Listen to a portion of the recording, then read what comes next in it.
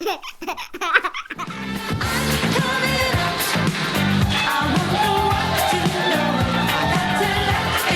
you. I assume the applause is because I didn't trip on the stairs.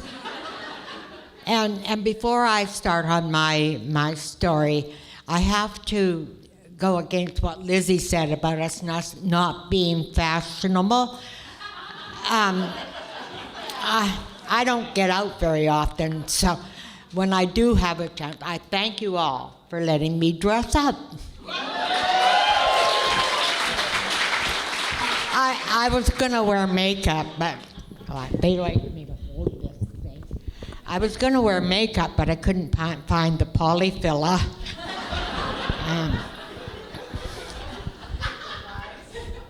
Lizzie says I have a little bit more time, so I'll add part of my set back that I had taken out, which makes no sense at all to you, does it?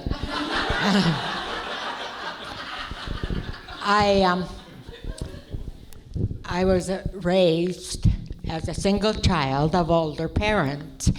My mother made all the rules, and Dad and I just followed them. I also went to nursing school, and I graduated the first year, and I celebrated by breaking one of my mother's rules. She was right. I got pregnant.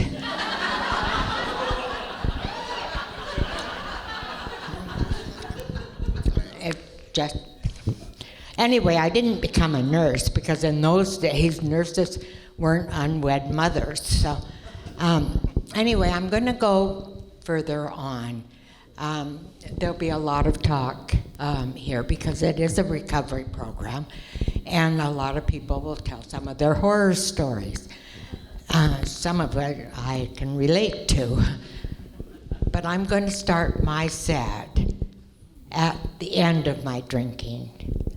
When I finally realized that I needed help, and I'm glad that all the recovery houses and treatment centers are here, but I couldn't find any when I needed help. But I did have a phone number, and it was for a treatment center in Seattle. And I came to one night, and you know how drunks come to and then they want another drink? Well, anyway, this ad came on and I got it. And so when I needed help, I phoned them. And this very sweet young lady answered the phone and asked if she could help me. And I said, "What do you do for the problem drinker?" I wasn't an alcoholic yet. She said that they had a lovely facility and great food and wonderful counselors. What do you do for the problem drinker?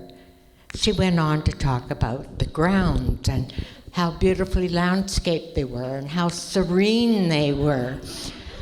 What do you do for the problem drinker? She came on again, getting a little bit testy now. And she said, "It's only $10,000, and it's for 10 days with two-day follow-ups." And I thought, well, I could probably get $10,000, and I could give sobriety 10 days. But I wasn't going to go back for 2-day follow-ups. If my teeth slip, it's because I forgot to put my goop in.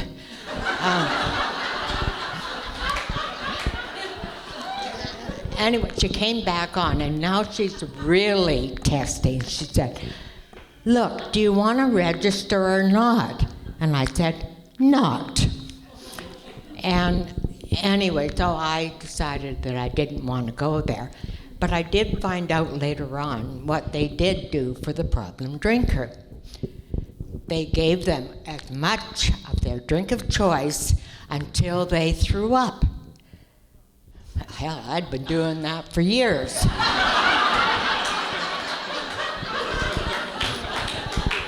It's called aversion therapy.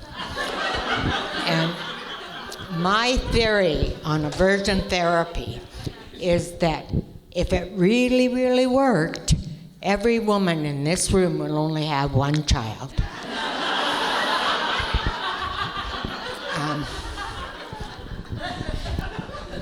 I did get to detox, and I loved it. Unfortunately, I drank as soon as I left detox, and started on probably the worst 4 months of my life. I did what I was told. I got a group, I got a sponsor, I went to meetings, but I drank. And I drank before meetings and after meetings, but I never drank in a meeting. And I never drank out of a brown paper bag, because that's what alcoholics did. Towards the end of that 4 months, I said to my God, I said, I don't want anything permanent. I was on my way to a roundup or something, and I said, I'd just like to have somebody to dance with on Saturday night. So I get over there, and sure enough, there was 2 men interested in me. One was 72, and the other one was in Sexaholics Anonymous. It was a really long weekend.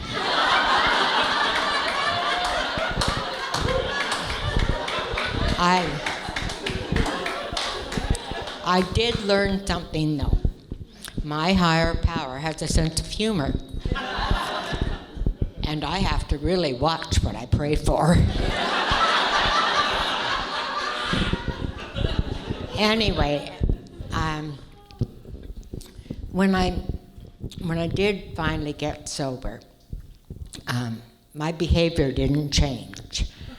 I still tended to use men. It was easy. And but you'd think that if they were sober men, they'd be a little smarter than that. No.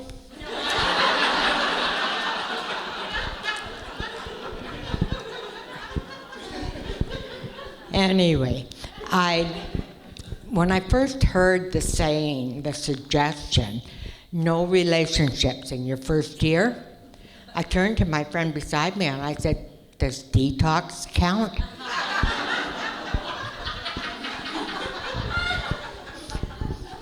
So I went on, life went on, and I had a lot of character defects when I came into this, any program.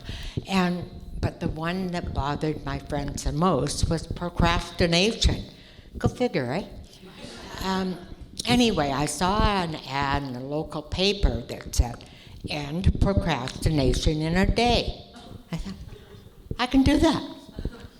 I can do that. That'll keep them happy. And anyway, by the time I got around to registering, the course was full. So I said to the lady, I said, didn't you save any seats for the real procrastinators?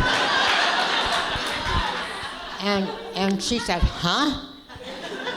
I said, if they had the foresight to register early, they're not real procrastinators. She said, huh? So I hung up. I've had to work on that one myself, and I'm getting better. I've only been sober for 37 years.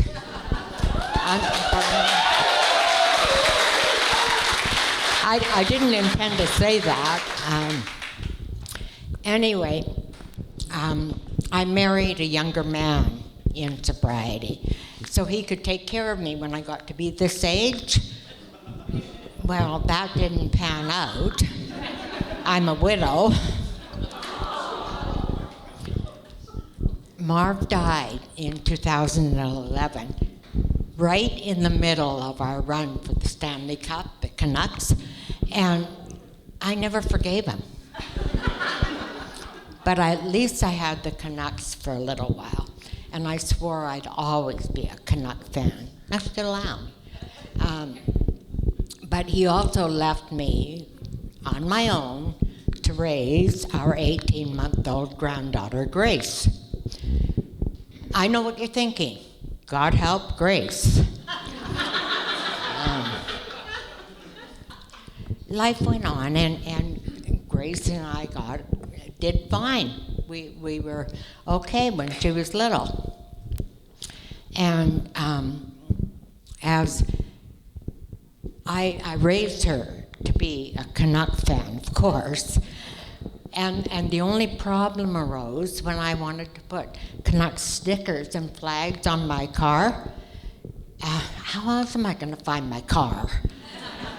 And she said they embarrassed her.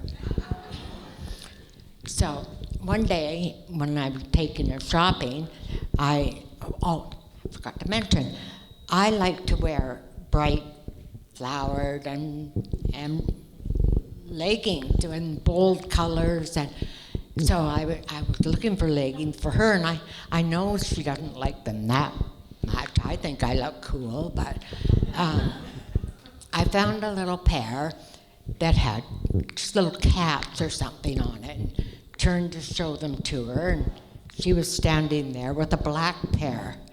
She said, "I'm not like you, Nana." Aw. And once when she was having a bath, and she called me in and she said, "Nana, can I shave my legs?" Good Nana that I am. I said, "Of course, honey. And then when you get out, you can pluck my chin hairs." She left her legs. In fact, she still hasn't shaved her legs. But she's absolutely fascinated with my chin hairs. So I don't have to worry about them anymore. Anyway, they say that with age comes wisdom.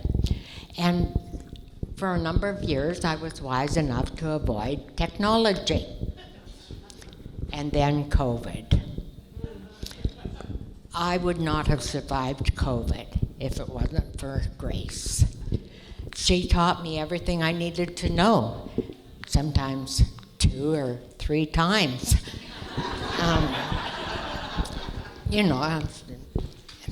Not only do I have a little trouble with some of that stuff sticking in, but a lot of the things you have to press are really small. And if I'm the least bit nervous, I miss them, especially the unmute button, and I really want to be unmuted so you can hear me, but I can't get the button to go. Anyway,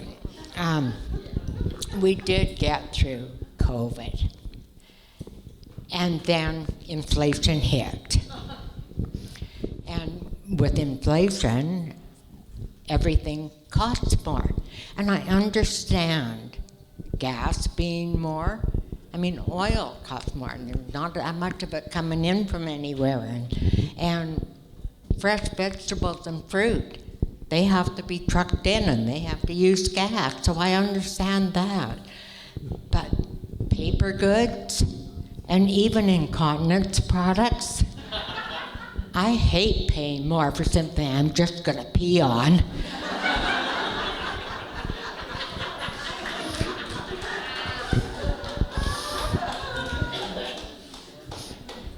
In case you haven't noticed, my motto is, you're only young once, but you can stay immature forever.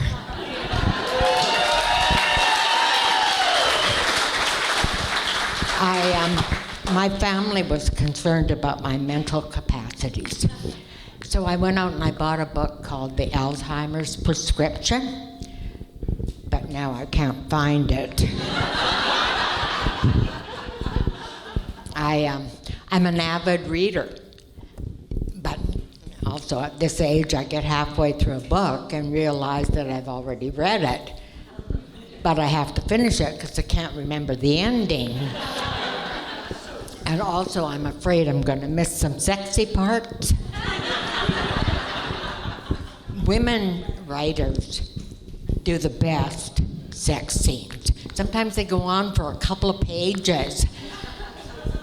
And usually they're better than I remember it. I know what else I was going to say. I know some people don't like those. Time to go? Yes. Oh. Well. She's got a Netflix special coming out soon, folks.